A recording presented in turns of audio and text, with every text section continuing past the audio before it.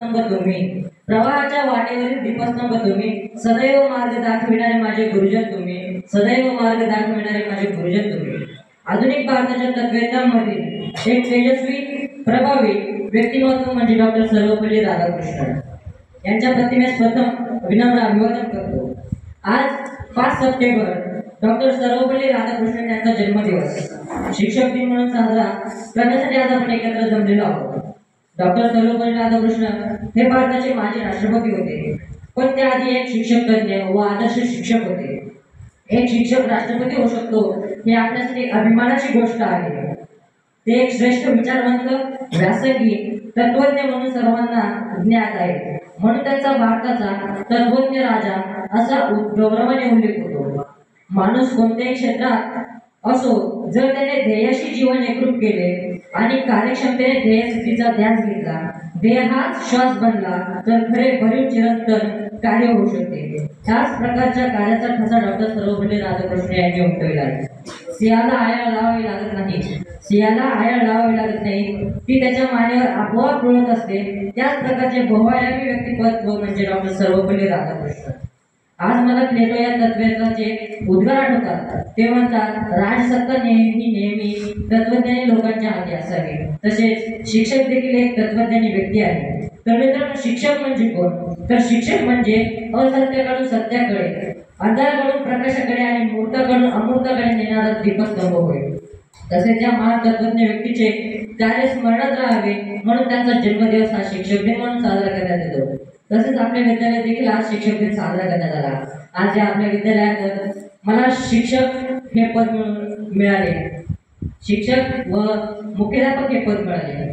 शिक्षकाची भूमिका पार पाडल्यानंतर समजते की एखादा जो विद्यार्थी असतो, की जो टॉपर असो किंवा लोअर असो, लोअर म्हणता येणार नाही, ॲव्हरेज स्टुडंट म्हणून आपण, जो ॲव्हरेज विद्यार्थी असतो त्या टॉपर विद्यार्थ्याला आणि ॲव्हरेज विद्यार्थ्याला दोघांना सोबत घेऊन दोघांना कशा सोप्या पद्धतीने समजेल, त्या दोघांना भेदभाव न करता त्यांना सर्वांना सोबत घेऊन कसं शिकवावं हे फक्त त्या शिक्षकाच्या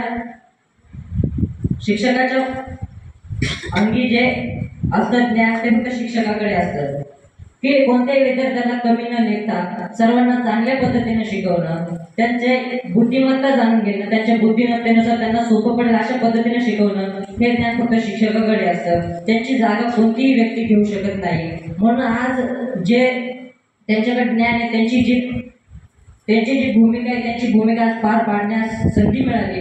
तसेच या ठिकाणी आज या विद्यालयात मला मुख्याध्यापक पद मिळाल्याबद्दल मी सर्वांचे मनपूर्वक आभारी आहे. मुख्याध्यापक पद म्हणजे डोक्याला ताप. मुख्याध्यापक पद असं असतं की वेळेचं पूर्णपणे नियोजन करून, सर्व शिक्षकांना सांभाळून, सर्वांना नियोजित करून, सर्वांना त्यांचे जे कामे आहेत ते सोपवणे, जे सर्व कामे त्यांना फार सोप्या पद्धतीने कसे पाडायचे ते सर्व समजून सांगणे. जे काही वेळेचा अभाव असेल, वेळेची कमतरता असेल, वेळेच्या कमतरतेत तास कसे पार पाडायचे, विद्यार्थी कसे शांत करायचे, हे सर्व घटक मुख्याध्यापकाच्या हाती असतात. त्याच्यामुळं मुख्याध्यापक होणं आपल्याला सोपं वाटतं, पण तसं काही नसतं. जो तो ज्या त्या ठिकाणी असतो तो योग्य असतो. तसेच त्या मुख्याध्यापकाची पूर्ण जे त्यांची कार्यशैली असते, त्या कार्यशैलीनुसार त्यांना ते पद दिलं असतं. त्यांना ते जे कार्य असतं, त्यांनी चांगले कार्य केलेले असेल किंवा जे काही त्यांनी चांगल्या पद्धतीचे आपल्या शिक्षण पद्धतीत त्यांनी चांगलं काही कार्य केले असेल, त्यानुसार त्यांची पदवी वाढत जाते. असे काही या शिक्षक दिनाबद्दल एक चांगला अनुभव भेटला या विद्यार्थ्यांकडून. तसेच महाराष्ट्र ही संतांची भूमी आहे. या संतांच्या भूमीत आज एक महान संत श्री चक्रधर स्वामी, या चक्रधर स्वामींच्या जयंती इयत्ता 3री मध्ये असताना मला एक धडा होता श्री चक्रधर स्वामींचा. त्या धड्याचं नाव काय आठवते, त्यातले काही गोष्टी आठवत होतं. कीर्तिकट्याचा दृष्टांत. कीर्तिकट्याचा दृष्टांत हा धडा होता 3रीला असताना. कीर्तिकट्याचा दृष्टांत नाही, श्री चक्रधर स्वामींचा 3रीला होता.